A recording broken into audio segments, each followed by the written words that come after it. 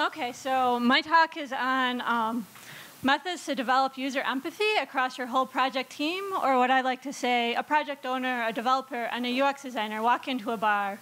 How do you get them to look at the same thing the same way? So here are some comments that I've heard from the team members, sort of like, well, the users will just figure it out, or why on earth would they need to do that? Or they'll just get used to it. Or my personal favorite or unfavorite is, it's just a training issue. But why, you may ask, do I need to help the team develop this user understanding? That's my job as a user experience person to have that knowledge. Well, this might not be a good idea for you, because if you are the only one that have the knowledge, then hopefully they're bothering you with the questions. And they might be asking you all the time about, like, is this going to work for the user? How do you think this is going to work? And you'll spend a lot of your time answering these questions instead of having the developers and the project owners with this knowledge. Another downside of this is that the developers won't be able to respond as quickly when problems arise developing your original vision, so that they'll, or they might come up with solutions that are contrary to your users' goals and needs.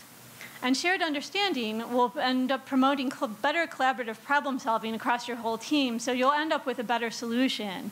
So these are some of the reasons why having a user empathy across the whole team helps. A case in point is an interface design that I did for batch editing a set of documents, and I had one idea that I presented to the developer, but then I had the developers watch the users use it, and they were able to think about things that they knew that they can do on the back end and suggest enhancements to my design that really improve the user experience. And so they suggested, having a list of all the different batch edits that people would want to do. But how did I get here? Well, it's been a long road, but I was able to start with a few techniques that I wanted to share with you today that helped the team sort of develop that user empathy. And one of the first ones that I did was I started inviting a lot of the members of the team to all my usability sessions to observe the users in practice. And I included the product owner and QA representatives so that everybody could see the user.